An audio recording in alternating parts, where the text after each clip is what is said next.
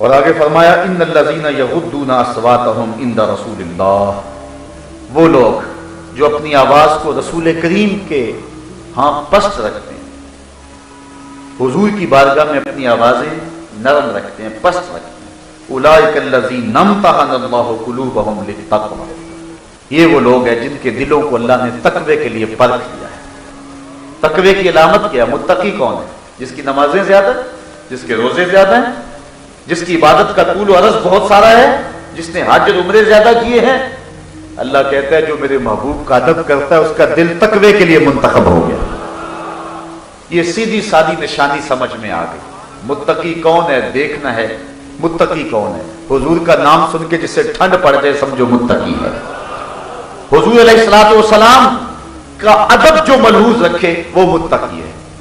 ادب پہلا کرینہ ہے محبت کی کرینہ۔ بلکہ شہر اقبال میں آیا ہوں تو اقبال کی بات بھی تو یہاں کرنی چاہیے۔ اقبال سے پوچھا گیا کہ دین کیا ہے؟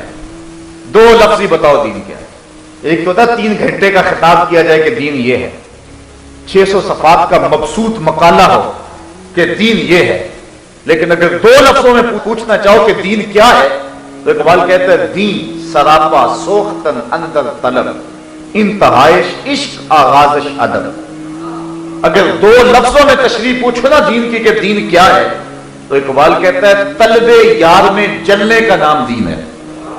طلب یار میں جلنے کا نام دین سراپا سوختن اندر طلب، طلب یار میں جلنے اور مرنے اور تڑپنے کا نام دین ہے۔ اسی لیے کہا تھا نا اس نے اللہ سے تڑپنے پڑکنے کی توفیق دے، دل مرتضی سوز صدیق دے۔ بجھی عشق کی آگ اندھیر ہے، مسلمان نہیں خاک کا ڈھیر ہے۔ عشق نہیں تو کچھ بھی نہیں ہے، عشق ہی ابتدائے ذات، عشق ہی انتہائے ذات۔ عشق نہ ہو تو شرف دی بت کدا تصور ہے، کچھ بھی نہیں پلے بچتا اگر عشق نہیں ہے۔ یہی حرارت ہے، یہی جذبہ ہے، یہی سب کچھ ہے۔ تو اقبال کہتا ہے دین کیا ہے؟ دین سراپا سوختن اندر طلب، طلب یار میں جلنے کا نام دین ہے۔ انتہائش عشق آغازش ادب، ادب سے دین شروع ہوتا ہے، عشق پہ ختم ہو جاتا ہے۔ تو یہ ہے دین اور یہ ہے دین کی تشریح۔ تو وہ لوگ تقوی والے ہیں جو اپنی آوازیں حضور کے ہاں پست رکھتے ہیں۔ لہم مغفرۃ و اجر عظیم، ان کے لیے مغفرت ہے اور اجر عظیم ہے۔ ایک تو اللہ نے بخش دے گا، سارے گناہوں سمیت بخش دے گا، اور دوسرا اجر عظیم۔ اجر عظیم کیا ہے؟ دیکھو میں اگر کہوں کہ آج میں نے بڑی خیرات کی ہے تو کتنی کی ہوگی؟ 500 روپیہ دے دیا ہوگا، 1000 روپیہ بانٹ دیا ہوگا۔ بڑی خیرات کی ہے تو میرا بڑا کہنا اتنا ہی ہو سکتا ہے، لیکن 1 کروڑ پتی شخص کہے کہ آج میں نے بڑا مال بانٹا ہے تو اس نے لاکھوں بانٹے ہوں گے۔ لیکن اگر ارب پتی کہے آج میں نے بڑا بانٹا ہے تو اس نے کروڑوں بانٹے ہوں گے۔ اگر کھرب پتی کہے کہ آج میں نے بڑا مال لٹایا ہے تو اس نے 15 روپے تو نہیں لٹائے ہوں گے، اس نے اربوں روپے دے ہوں گے۔ جتنا بندہ بڑا ہو اس کا بڑا بھی اتنا بڑا ہوتا ہے۔ تو جب اللہ کہہ رہا ہے کہ میں بڑا اجر دوں گا تو پھر اللہ کا بڑا کتنا بڑا ہوگا؟ جو رسول کا ادب کرتے ہیں اللہ کہتا ہے ان کے لیے اجر عظیم ہے، تو جس کو اللہ بھی عظیم کہہ رہا ہے تو وہ کتنا عظیم ہوگا؟ اب اللہ کا کلیل دیکھ لیجیے، اللہ کے عظیم کا تو اندازہ نہیں ہو سکتا۔ کل بتاؤ دنیا کلیل، اللہ کہتا ہے محبوب دنیا کا سارا سامان اللہ کی نظر میں تھوڑا ہے۔ سارا 7 بر اعظموں پہ پھیلی ہوئی کائنات، سمندروں کی تہوں میں پھیلے ہوئے موتی، پہاڑوں کی کوکھ میں چھپے ہوئے خزانے، لوگوں کے پاس مالیاتی اداروں کے پاس سرمایہ، جو کچھ دنیا میں ہے اللہ کی نظر میں تھوڑا ہے، لیکن محبوب کے ادب کرنے والوں کو جو اللہ عطا کرے گا وہ عظیم ہے۔ وہ کتنا عظیم ہے ہم یہاں بے بس۔ ان الذین ینادونک من وراء الحجرات اکثرهم لا یعقلون، وہ جو حجروں کے باہر آ کے آواز دیتے ہیں، اللہ فرماتے ہیں اکثر عقل نہیں رکھتے۔ یہ ایک وقت آیا تھا جو آداب رسالت کی رعایت نہ رکھ سکا، دیہاتی تھے، نہیں جانتے تھے ادب کیا ہے، باہر کھڑے ہو کر کہا یا محمد اخرج الینا، ہماری بات باہر نکل کے سنیں۔ یہ حضور سے انہوں نے کہا، اللہ تعالیٰ کو ان کی یہ ادا پسند نہ آئے، سورہ حجرات کی آیتیں اتاری، اور اسی وجہ سورت کا نام حجرات ہے، حجرے کی جمع حجرات ہے۔ اللہ نے محبوب کے حجروں پہ سورت اتاری، اللہ اکبر۔ تو کہا ان الذین ینادونک من وراء الحجرات، جو حجروں سے باہر کھڑے ہو کے ندائیں دیتے ہیں، آوازیں دیتے ہیں،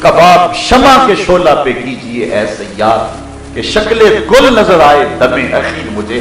حضرت عمار ابن یاسر نے کہا میں آگ سے ڈر کے نہیں رو رہا، میں تو اس لیے رو رہا ہوں کہ شکل گل نظر آئے دم اخیر مجھے۔ میری آرزو ہے کاش اس لمحے حضور کی زیارت نصیب ہو جائے، میں تو اس لیے رو رہا ہوں۔ بندہ مٹ نہ جائے آقا پہ تو وہ بندہ بے خبر ہو جو غلاموں سے وہ آقا کیا ہے۔ ادھر یہ تڑپ پیدا ہوئی، ادھر حضور تشریف لے آئے، کافروں نے پکڑ کے آگ میں ڈال دیا، حضور آگے بڑھ کے ان کے سر پہ ہاتھ رکھ دیا اور لفظ حدیث کے حضور نے کہا یا نارو کونی بردم و سلامن علی عمار ابن یاسر کما کنت علی ابراہیم، اے آگ میرے عمار پر ایسے ٹھنڈی ہو جا جس طرح حضرت ابراہیم پہ ٹھنڈی ہوئی۔ تو آگ نے حضرت عمار ابن یاسر کا ایک بال بھی نہیں جلایا۔